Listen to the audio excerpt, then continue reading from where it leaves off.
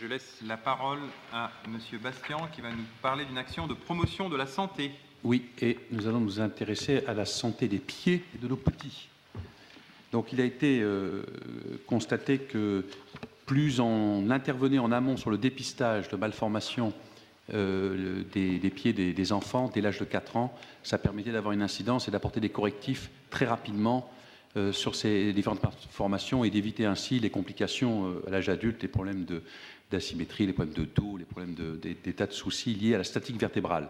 Donc on a souhaité se rapprocher de l'Union française pour la santé des pieds, au regard d'ailleurs de recommandations de l'Éducation nationale, pour passer une convention avec eux, et ils interviendront donc dans 3 écoles, l'école de Coquelicot, l'école de la Pole et l'école Asselin du Jardin, pour faire un dépistage chez les enfants dès 4 ans.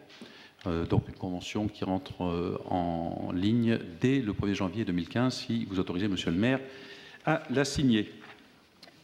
Qui vote contre? Qui s'abstient? Délibération adoptée à l'unanimité. Je vous en remercie. La délibération suivante, donc porteur de bourse Solidarité Vacances, c'est une convention de partenariat. Qui existe depuis 1999, et nous avons une politique municipale en matière de vacances, et on souhaite développer et accompagner des familles ou personnes seules en situation précaire pour permettre à ces personnes de passer une semaine de vacances. Donc pour ça, on a adhéré à la bourse Solidarité Vacances, qui est un dispositif national qui est géré par l'Agence nationale pour les chèques vacances depuis 2006. Donc la ville de Cherbourg-Octeville est adhérente depuis 2005, et en 2014, 101 personnes, 45 familles ont pu partir par ce biais. L'engagement financier, réservation du séjour et du transport repose sur les familles, et il convient donc pour l'année 2015 de renouveler la convention entre la ville de Cherbourg-Octeville et l'Association nationale des chèques vacances afin de permettre le départ de nouvelles familles par ce moyen. Qui vote contre? Qui s'abstient? Délibération adoptée à l'unanimité. La délibération suivante, donc délibération importante puisqu'elle concerne donc le festival Femmes dans la ville. Et le changement de portage de la programmation culturelle qui était assurée depuis quelques années par l'association Big Voltaire.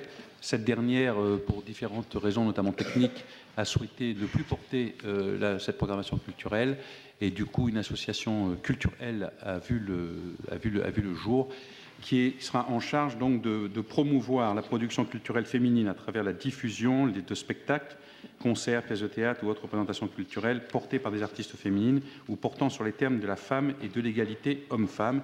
Et à ce titre, elle portera la programmation culturelle du festival Femmes dans la ville, qui est devenu un festival maintenant qui va bien au-delà de l'agglomération, qui a une répercussion régionale maintenant importante, et plus de 5000 festivaliers maintenant passent sur cette semaine de festival.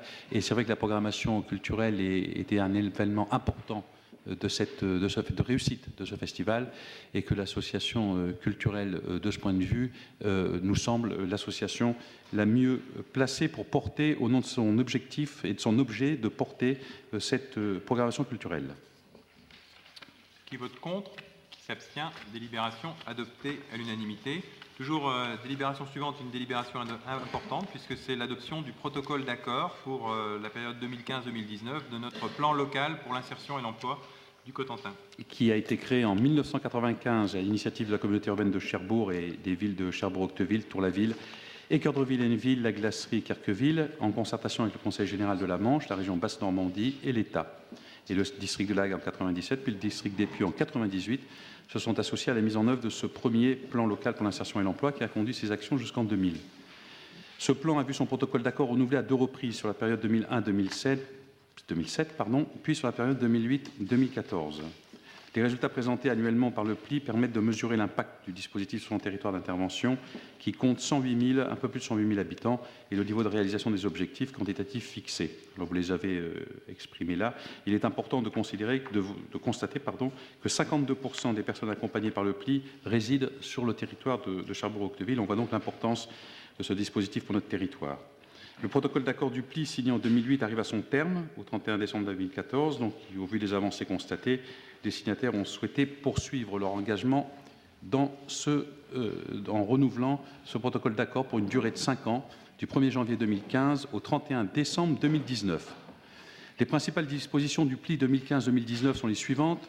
L'objectif demeure bien évidemment de favoriser l'accès ou le retour à l'emploi des personnes qui rencontrent des difficultés majeures à l'emploi en mettant en œuvre des parcours individualisés visant leur insertion socio-professionnelle durable.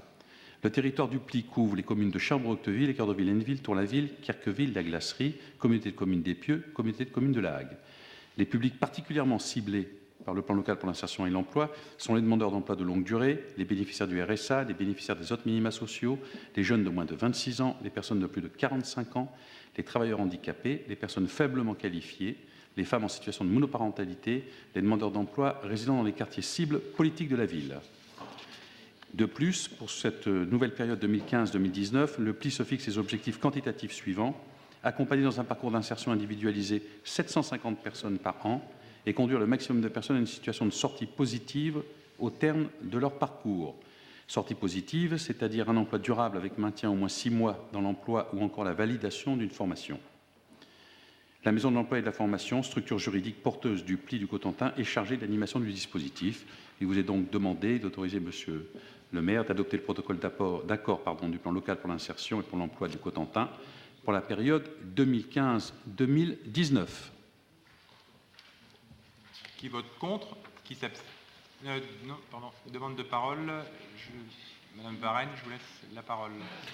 Oui, par rapport à ces délibérations, on avait demandé au niveau de la commission, suite au mouvement social qu'il y avait eu en début d'année par rapport à la MEF, par rapport un petit peu au questionnement du devenir. On voit bien que le bilan est positif de ce qu'elle peut apporter sur le territoire. Donc on avait voulu un petit peu savoir ce qu'il en était pour l'année 2015 et comment a été reconduit en fait le budget pour la MEF, quoi. Alors, moi, si vous voulez, Madame la présidente de la MEF n'est pas là ce soir. Très sincèrement, je ne connais pas, et je ne vais pas vous raconter, ce que je sais, c'est que, comme vous l'avez indiqué, le dispositif a une vraie valeur ajoutée sur notre territoire et que très clairement, on saura se mobiliser, les collectivités et les partenaires, pour qu'effectivement cette mission puisse être reconduite selon les conditions dans lesquelles elle était jusqu'à maintenant. Mais peut-être que Benoît arriver à des précisions. Oui, parce que moi, j'ai cru comprendre que sur l'année 2015, il n'y avait pas de difficulté particulière, puisque la MEF était positionnée notamment sur la gestion prévisionnelle des emplois et des compétences, et que sur cet axe-là, il y avait des crédits complémentaires qui venaient de la préfecture de région. Mais je laisse la parole à Benoît Rivet. Oui, effectivement, juste un mot de complément. Je pense que Claudie Launois, qui est excusée ce soir, aura l'occasion de revenir sur la présentation du bilan de la MEF et du Pli. Moi, je profite de la délibération et de mon intervention d'ailleurs pour saluer à la fois le travail de Claudie Launois et des équipes de la MEF. Nous avons aujourd'hui la chance d'avoir une MEF extrêmement performante, reconnue au niveau national. Et je crois que c'est très bien pour le territoire, et aussi une MEF qui a su s'ouvrir très largement sur l'ensemble du bassin de vie, comme M. Bastien l'a expliqué, puisqu'on voit aussi que les intercommunalités voisines participent à ce travail.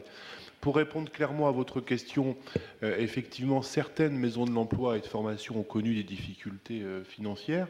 Certaines ont même malheureusement fermé ailleurs sur le territoire. En ce qui concerne notre maison de l'emploi et de la formation, il y a eu effectivement à un moment donné certaines tensions, certaines inquiétudes légitimes en termes de financement, mais nous avons su nous mobiliser. J'associe bien sûr la députée Geneviève Gosselin-Fleury qui est intervenue sur ces sujets. Aujourd'hui, il n'y a pas d'inquiétude outre mesure pour 2015, même si bien sûr nous devons rester vigilants. Et nous avons été aussi chercher d'autres financements possibles sur d'autres sujets. Et nous avons eu, il y a quelques semaines, la bonne nouvelle, et nous avons appris que nous étions retenus dans un nouveau dispositif national départemental qui s'appelle la garantie jeune. Mais Claudie Launois vous présentera ce dispositif. C'est à la fois un dispositif performant qui trouvera son public, mais aussi qui permet de pérenniser et d'obtenir certains financements annexes. Donc aujourd'hui, nous n'avons pas de problématique particulière sur 2015. Les choses ont été sécurisées. Mais encore une fois, nous resterons vigilants sur cet équipement qui apporte, comme vous le constatez, comme vous le savez, grand nombre de services extrêmement importants pour le territoire. Monsieur Jamtel. Est-ce qu'on pourrait, par rapport à ce sujet des MEF, je n'ai plus le chiffre en tête, dans le cadre de la baisse des crédits. Ah ben là, c'est le coup de théâtre. Non, la baisse, parce que bon, dans le cadre de la politique d'austérité menée, les crédits de fonctionnement ont baissé, et notamment sur l'aide à l'emploi. Et il me semble que ça a été une baisse importante. Alors, est-ce que quelqu'un pourrait rappeler ce chiffre dans le cadre du projet de loi de finances pour 2015 ? Cette partie-là, dans les crédits de fonctionnement d'État, était assez important. Donc, qu'est-ce que vous vous en rappelez ? Madame Gosselin-Fleury. Ce que je peux dire, c'est que dans le cadre du projet de loi de finances, l'enveloppe globale pour l'emploi est restée stable. Simplement, des mesures sont différentes.